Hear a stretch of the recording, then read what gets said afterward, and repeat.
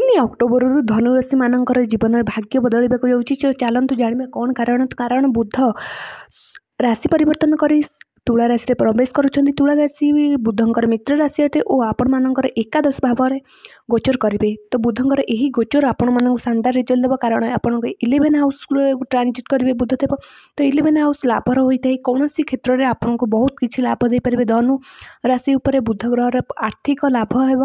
ତ ବୁଧ ଗ୍ରହ ଧନୁ ରାଶିରେ ଏକାଦଶ ଘରେ ପ୍ରବେଶ କରୁଛନ୍ତି, ତ ଆପଣଙ୍କୁ ଅନେକ କ୍ଷେତ୍ରରେ ଲାଭ ଆଣିଦେବ। ଯଦି ଆପଣ ଆର୍ଥିକ କ୍ଷେତ୍ରରେ ପରିଶ୍ରମ କରୁଛନ୍ତି ଓ ଠିକ୍ ନିଷ୍ପତ୍ତି ନେଉଛନ୍ତି, ତ ଆପଣଙ୍କୁ ବହୁତ କିଛି ଲାଭ ଦେବ।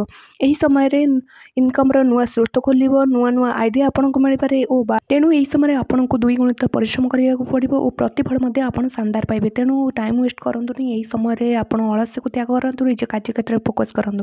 ଏହି ସମୟରେ ଆପଣଙ୍କର ପାରିବାରିକ ଜୀବନ ବହୁତ ଭଲ ରହିବ, ଆପଣଙ୍କ ବାଣୀ ମଧୁର ହେବ। ଏହି ସମୟରେ ଆପଣଙ୍କୁ ଶାନଦାର ରେଜଲ୍ଟ ଦେଉଛନ୍ତି ବୁଧଦେବ। ତେଣୁକରି ଆପଣ କାର୍ଯ୍ୟ କ୍ଷେତ୍ରରେ ଅଧିକ ପରିଶ୍ରମ କରନ୍ତୁ ଓ ଅଧିକ ଲାଭ ପାଆନ୍ତୁ, କାରଣ ସବୁ କ୍ଷେତ୍ରରେ ଆପଣଙ୍କୁ ଲାଭ ଦେଉଛନ୍ତି ବୁଧ। ନୂଆ ଆସିଲେ ଲାଇକ୍, ସେୟାର, ସବସ୍କ୍ରାଇବ୍ କରିବାକୁ ବିଲକୁଲ ଭୁଲନ୍ତୁ ନାହିଁ।